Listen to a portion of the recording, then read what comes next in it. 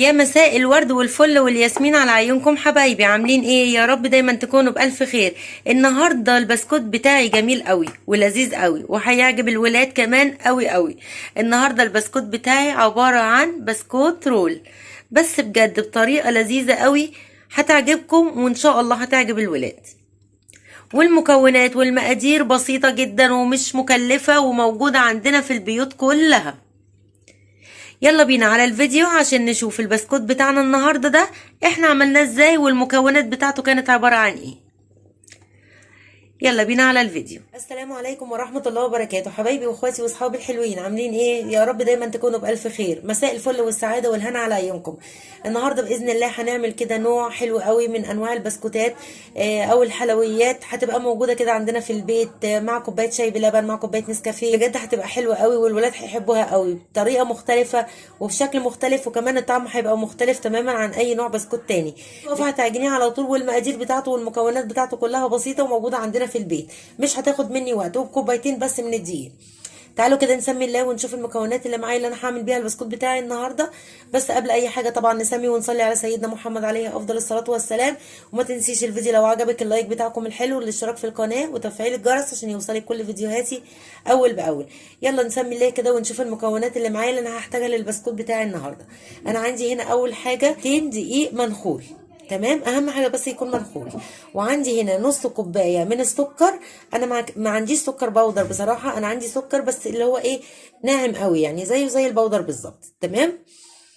وعندي هنا نص كوبايه زيت، ممكن تستغني عن الزيت تحطي سمنه، ممكن تحطي نص زيت ونص سمنه، بس هو المقدار نص كوبايه، تمام. وعندي هنا بيضه واحده، وعندي كيس فانيليا، وعندي رشه من الملح. بس كده هو ده المكونات اللي انا هعمل بيها البسكوت بتاعي النهارده، تمام. تعالوا كده نسمي الله ونشوف اول حاجه هعملها. اول حاجه هعملها هجيب الخلاط بتاعي، هحط فيه السكر، الزيت، والبيضه، كيس الفانيليا.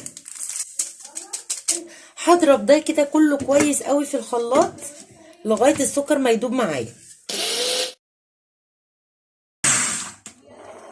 بس كده هجيب بقى كوبايتين الدقيق عندي، هحط عليهم رشه الملح، وهنزل بالخليط بتاعي اهو. يلا هبتدي بقى ان انا ايه، الم كده العجينه.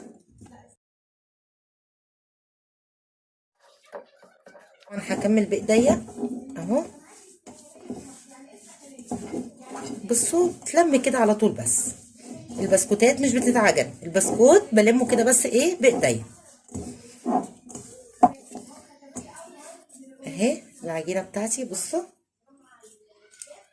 طبعا عشان تعرفي العجينه تجسيها بالايد اللي انت مش بتعجني بيها اهي. بصوا اهي، تمام كده. بصوا هنا بقى الحشوه اللي انا هحشي بيها البسكوت بتاعي النهارده. انا عندي هنا معلقه كبيره من السكر، هحط عليها معلقه من الكاكاو الخام او النسكويك او الكاكاو العاديه اللي هي بتاعت الشرب، تمام اهي.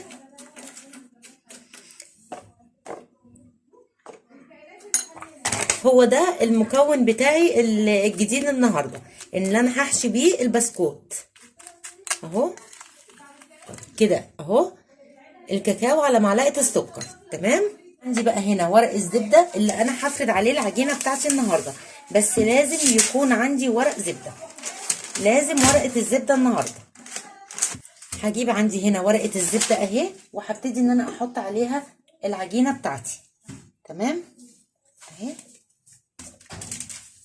افرد العجينه كده.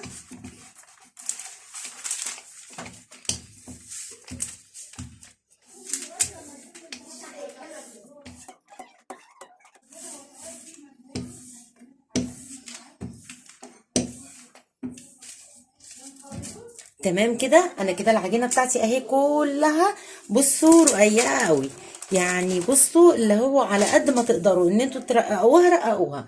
تعالوا بقى هنحط عليها ايه، هحط هنا، هرش كده على قلبها الكاكاو والسكر، بس كده تمام. انا اهي اتساوت عندي كده كلها. طبعا انا افتح البس ده اهي اهي كده كلها محطوط عليها معلقه السكر ومعلقه الكاكاو او معلقه النسكويك، او لو عايزه تحطي قرفه حطي، يعني الحشوه زي ما انت عايزه. تمام. انا دلوقتي هبتدي ان انا ايه الفها رول معايا اهي، عشان كده قلت لك لازم ورقه الزبده. تمام اهي اهي.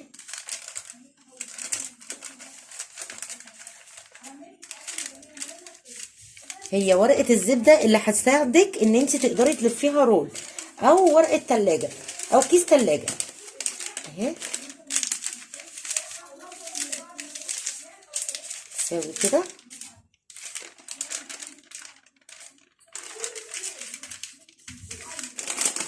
اهو. انا كده اتلفت معايا كلها اهي، بصوا اهي اتلفت معايا كلها رول. تمام اهي كده البسكوت كله اتلف معايا رول اهو زي ما انا عايزه. تمام. هبتدي دلوقتي بقى ان انا الفها وهدخلها التلاجة لمدة ساعة، عشان لما اجي اقطعها تبقى مظبوطة معايا وتتقطع معايا بسهولة اهو.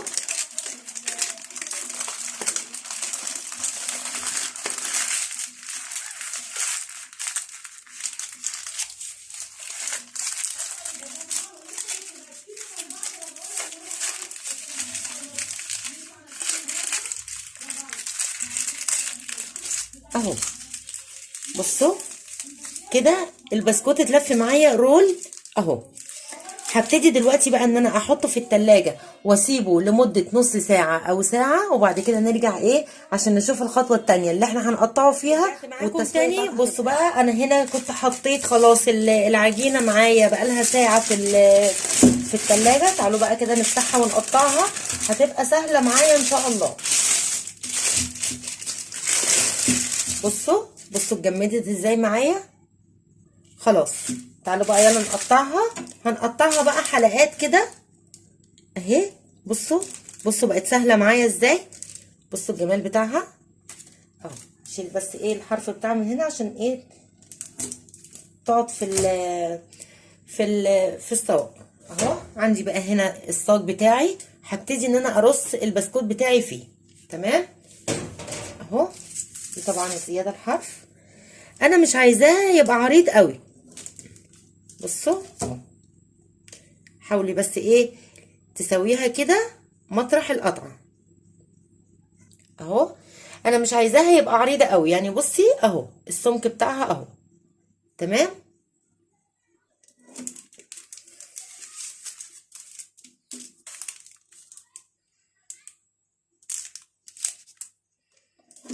اهو.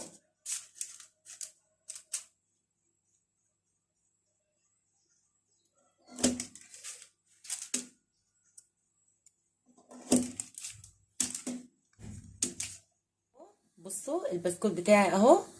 تمام. انا دلوقتي هبتدي بقى ان انا ادخله الفرن لغايه ما يستوي كده من تحت، وبعد كده هشغل عليه الشوايه من فوق ياخد لون بس. دخله الفرن ولما يستوي ان شاء الله نرجع مع بعض تاني. انا كده خلصت البسكوت بتاعي اهو، وده كده بقى الشكل النهائي بتاعي بعد ما طلع من الفرن اهو. بصوا الجمال بتاعه. بصوا الجمال بجد جميل قوي وبسيط قوي وما فيهوش اي حاجه. بصوا طبعا ده من تحت كده من فوق. انا شغلت عليه الشوايه لمجرد ان هو استوى من تحت، وشغلت عليه الشوايه من فوق.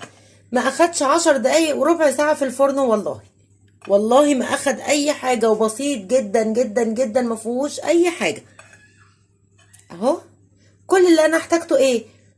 كوبايتين دقيق ونص كوبايه زيت ونص كوبايه سكر بودر وكيس فانيليا وبيضه. هو ده اللي انا احتاجته ان انا اعمل البسكوت. ونصيحه مني لما تيجي تعمليه ان شاء الله، عشان بجد هيعجبك وهيعجب الولاد ان شاء الله، زودي المقدار، يعني ضعفي المقدار، لان هو المقدار بصوا طلع معايا ده وانا اكلت بسكوته.